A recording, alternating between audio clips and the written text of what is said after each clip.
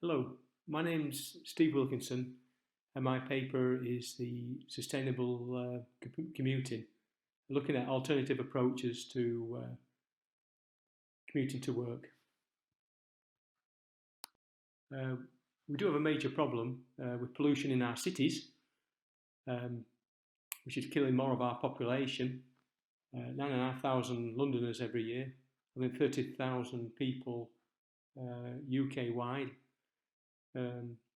Neville Street, for example, in Leeds, is the most polluted street outside of London, exceeding the WHO limits by 2.2 times. It's mainly due to motorised vehicles giving out nitrogen oxide, carbon monoxide, and particulates below 10 microns. These cause lung and heart disease, and there's a massive rise in asthma among young children. It is clear that the lockdown has shown how bad pollution in cities is. Looking at Paris and London before and after lockdown, when there are no cars around, it's clear blue sky.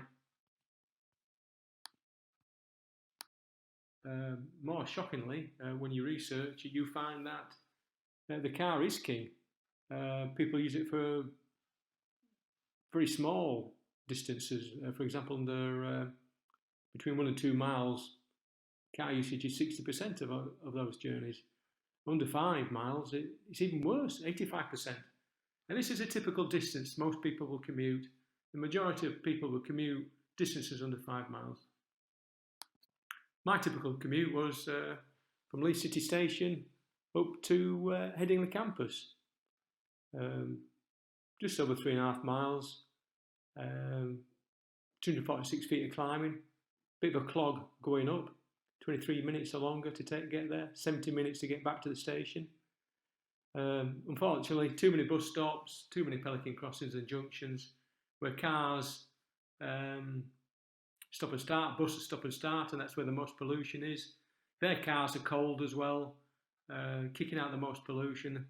And when you exerting yourself, stopping and starting, climbing up hills, you're breathing at 3 times higher during exertion, which is approximately 90 litres a minute. Too much.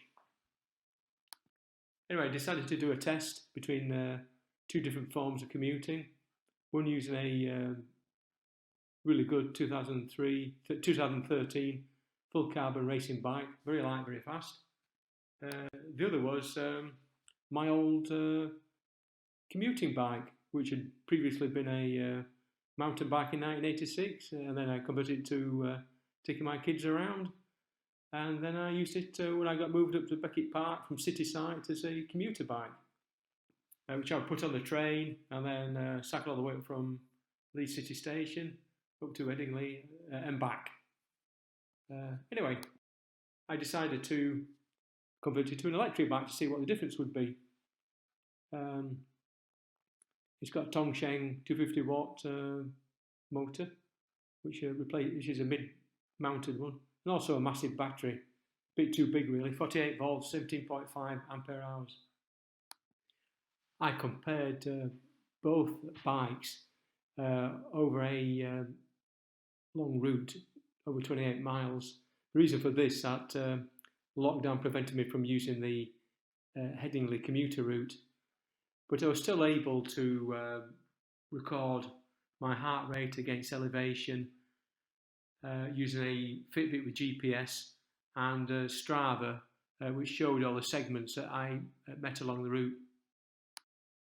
The graphs showed how hard it was to cycle over this 28-mile route with my heart rate at 101 beats per minute, 16 minutes at peak heart rate, and 48 minutes at cardio rate for the racing bike. The graph for the electric bike just showed how useful it was in giving assist up the hills, maintaining a constant speed over the same elevation. Also showed a massive reduction in average heart rate, down from 101 beats per minute to 85 beats per minute average. More importantly, the peak heart rate dropped from 16 minutes to 1 minute, and the cardio was from 48 minutes down to 21. But it also showed that 57 minutes was still dropped down into the fat burning zone. So it's still very useful exercise. The calculations that I used were extracted from the Strava information for the different elevations that were the same as the Otley route. And basically, I calculated the distances and the breathing rate for both the electric bike and the racing bike. With the racing bike, I'm obviously working harder up that elevation, and I'm breathing more deeply and breathing more pollution in. I compared the two against different breathing rates, and for the ordinary bike it was 1,476 litres.